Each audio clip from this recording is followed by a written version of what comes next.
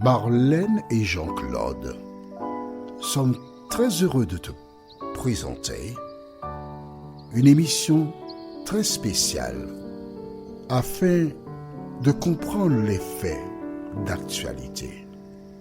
Merci pour ta fidélité. C'est toujours avec un immense bonheur que je te retrouve afin de continuer ce magnifique récit à la gloire de Dieu. Aujourd'hui, notre thème est « J'enseignerai ».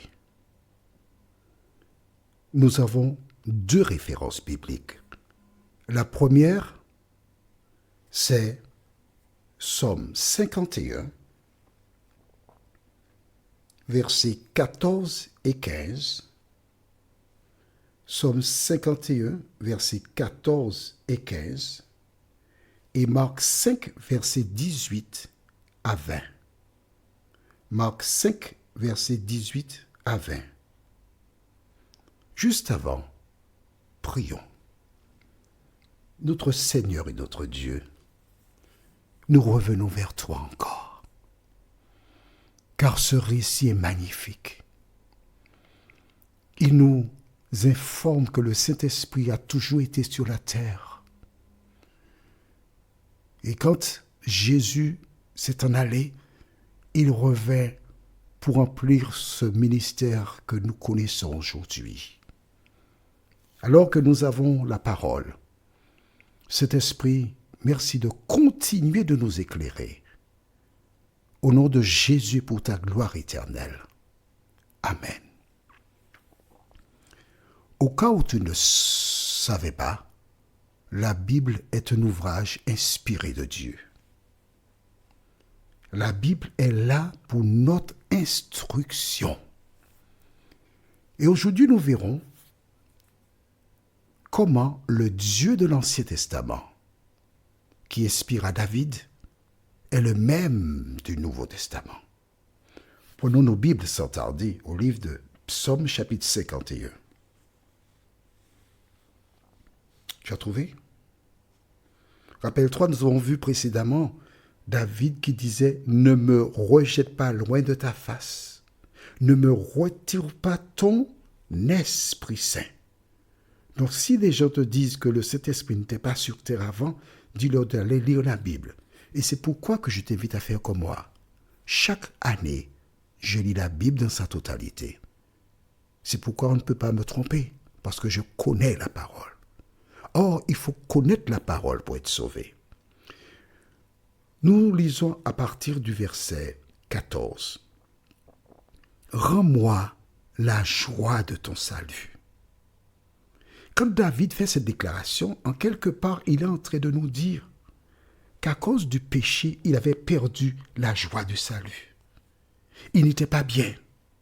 Mais c'est seulement Dieu qui peut lui donner cette joie. C'est bon, c'est clair pour toi? Et qu'un esprit de bonne volonté me soutienne. Ah, la bonne volonté. C'est tout ce que Dieu demande. Parce qu'il a déclaré, si vous êtes docile et si vous avez de la bonne volonté, vous mangerez les meilleures productions du pays. Et quand il a dit cela, David, il prend un engagement, le verset 15. J'enseignerai tes voies à ceux qui les transgressent. David, qui a transgressé la loi, devient maintenant un docteur de la loi. Et il dit, Seigneur, je m'engage à partir d'aujourd'hui d'enseigner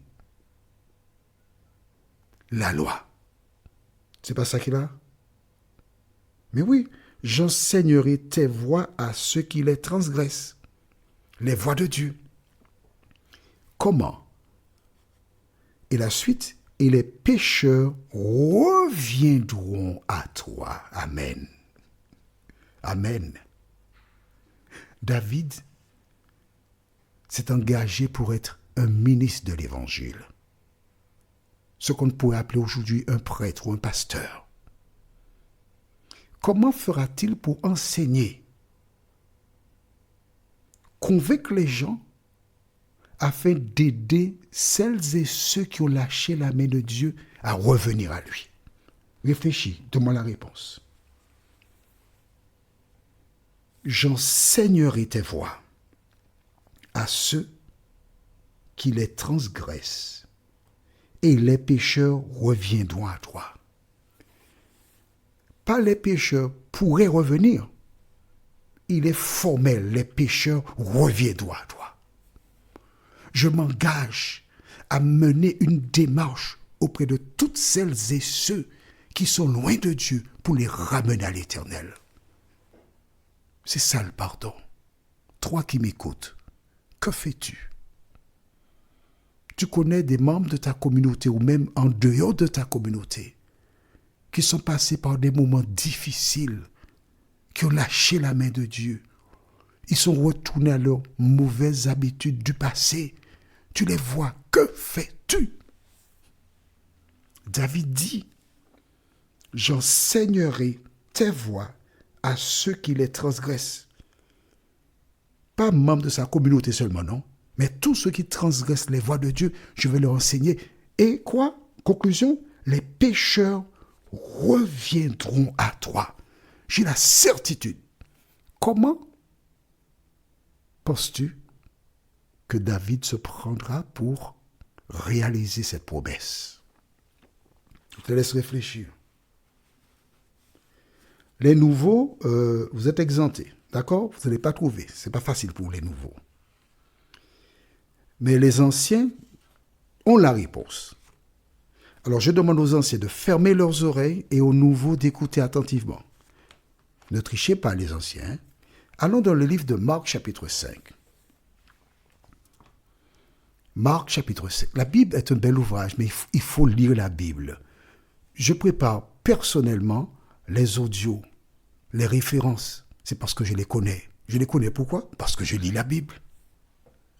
Et si toi aussi, tu commences à lire la Bible, je pourrais venir m'instruire à tes pieds, à côté de toi.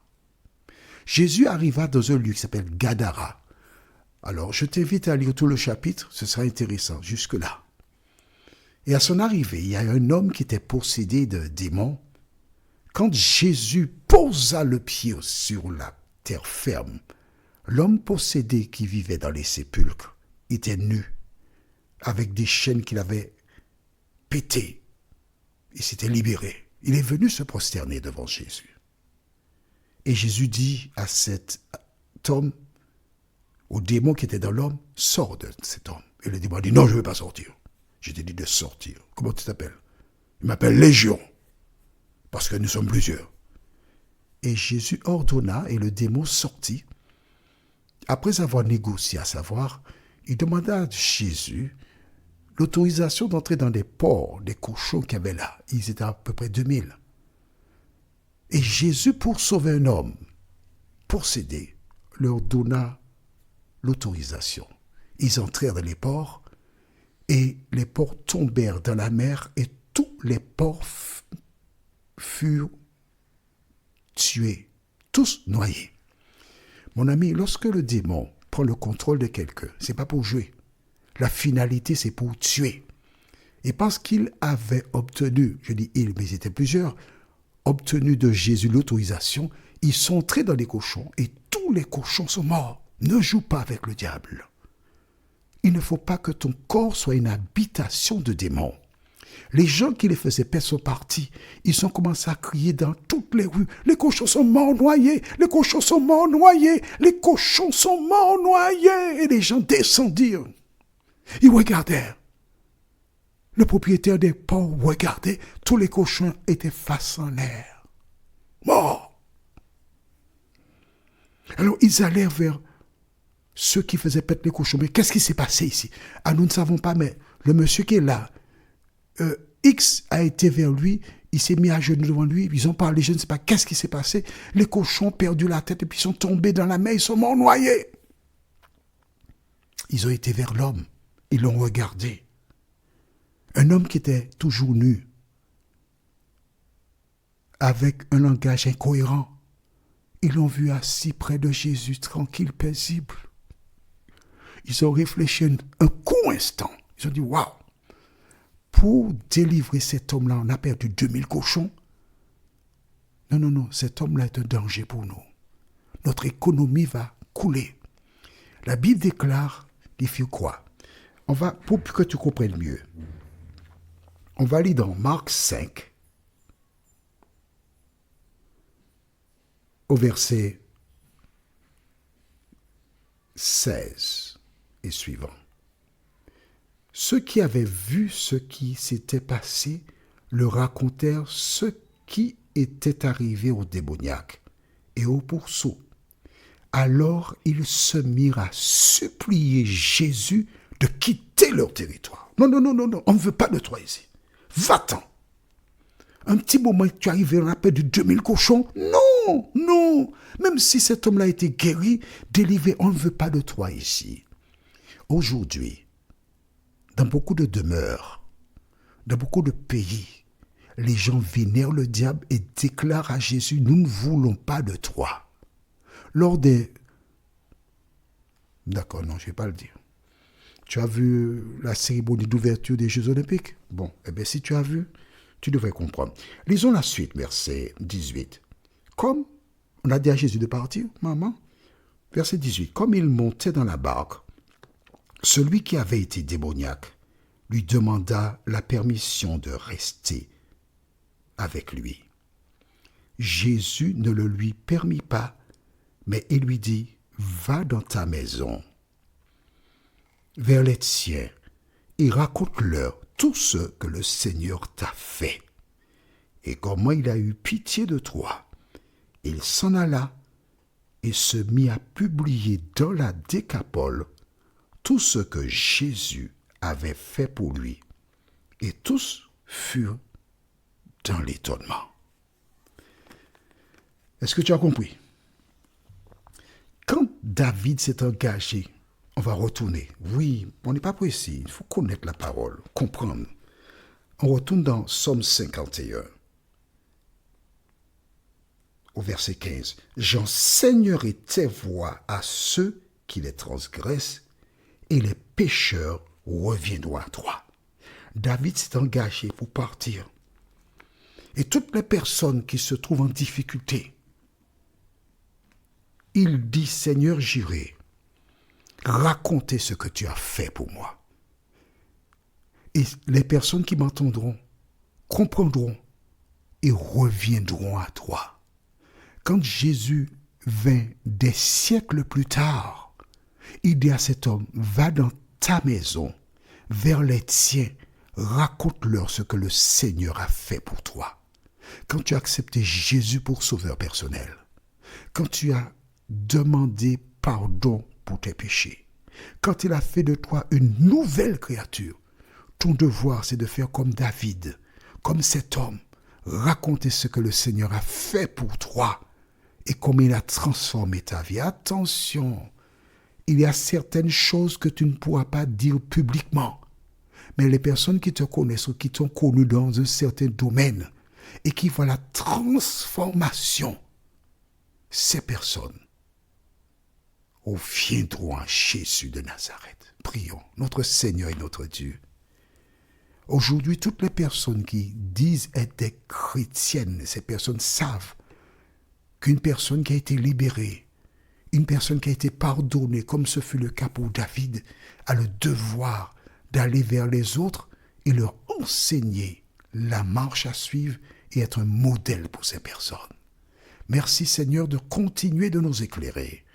Merci Seigneur de nous aider à comprendre l'Évangile. Ce n'est pas suffisant de s'asseoir dans une église et chanter gloire à Dieu. Et on a un devoir de dire ce que Jésus a fait. Car celui qui ne marche pas selon le conseil de Jésus s'est laissé totalement tromper par le diable. Seigneur, aide chacun à prendre conscience de la valeur et de l'importance du pardon. Nous t'avons prié au nom de Jésus et pour ta gloire éternelle. Amen.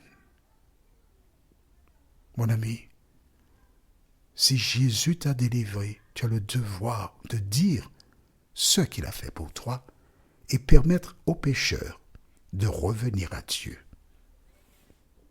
il me tarde de te retrouver. Nous sommes parvenus au terme de notre réflexion.